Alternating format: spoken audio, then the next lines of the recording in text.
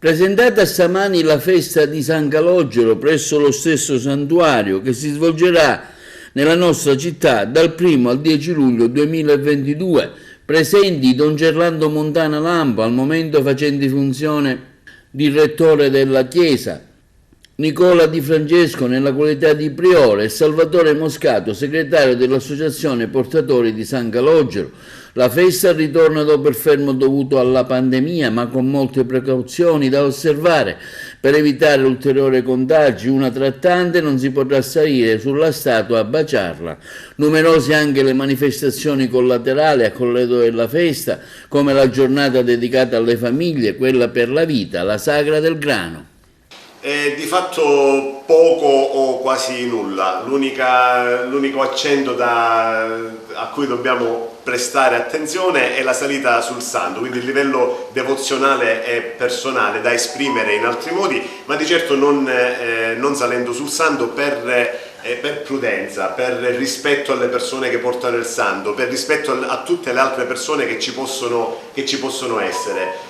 Non è poco pensabile il mettere la mascherina da parte di tutti, ma è un momento di fragilità, è un momento in cui stiamo riprendendo la vita normale, ma ancora con la presenza, ahimè, del Covid. Tutto il resto resta invariato, le processioni, i vari momenti, le manifestazioni, il santuario aperto per esprimere le proprie devozioni e i propri momenti di fede e di religiosità. Per il resto che il buon Dio e San Calogero, per intercessione di San Calogero, possano aiutarci. Da giovedì si parte con la benedizione del pane. Lei poco fa ha lanciato un appello affinché venga distribuito a chi ha realmente bisogno, non solamente nei 10 giorni di festeggiamenti. E l'altro accento a cui volevamo puntare: ormai gli agrigentini siamo abituati a non sprecare il pane, in un momento storico ben preciso che è questo, con tutte le difficoltà che le famiglie hanno di poter anche mettere il pane sulle tavole. Abbiamo tanti modi per dire il nostro grazie al santo, offrendoli agli ammalati, ai sofferenti, alle mense, alle caritas parrocchiali, portandoli noi stessi di persona a qualche famiglia bisognosa. Tante sono le possibilità. Noi saremo qui per la benedizione a cominciare da giovedì prossimo e poi i buoni possono essere consegnati in qualunque momento o al santuario o in qualsiasi altra caritas parrocchiale.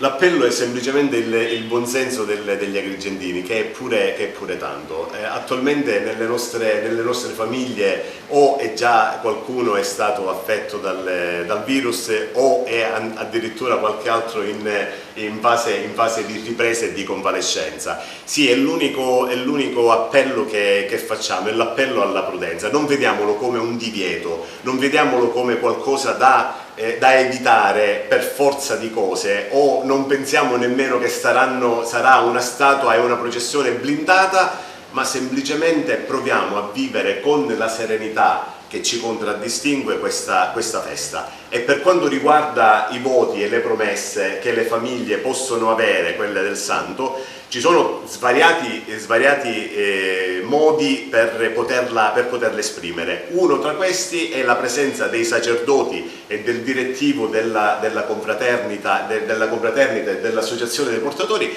che accoglieranno, qualora si volesse portare i cosiddetti abitini dei bambini, e verranno posizionati sulla vara in prossimità del santo. Quindi non lo vediamo come un divieto, ma vediamolo semplicemente come un fatto di buonsenso, di prudenza, e proviamo a essere con la luce del Signore addosso, sereni, e vivere questo momento di grazia nel miglior modo possibile. Io volevo, genitori, salvaguardate la salute dei vostri bimbi, perché è una categoria a rischio. Non essendo vaccinati, i bambini sono soggetti, e quindi genitori, state molto ma molto attenti. Non c'è bisogno di fare accostare i bambini a baciare la statua, basta che come si usa fare, si mette in alto il bambino, il segno della croce e via. Quindi speriamo che questo appello venga accolto e che sia la porta buona per poter iniziare già al meglio i festeggiamenti di San Calogero. Allora, come ha detto Don Gerlando, ci siamo esposti, quindi l'unica particolarità di quest'anno sono il divieto di salire sulla statua. Ci rivolgiamo al buonsenso degli agrigentini che dopo 2 anni ritorna alla festa con solo questo particolare. Poi del resto la festa verrà svolta in maniera totale, uguale come gli altri anni. Ci sono tante iniziative collaterali, se magari ne vogliamo elencare qualcuna? Sì, iniziamo venerdì giorno 1 con Venera Villa che si svolgerà in Piazza Stazione dalle ore 19:30. Durante la prima settimana avremo anche quest'anno una novità, che è l'infiorata che verrà fatta con l'immagine di San Calogero davanti alle scale della chiesa, che durerà 4 giorni per poi smontarle il sabato per permettere al santo di poter uscire la domenica.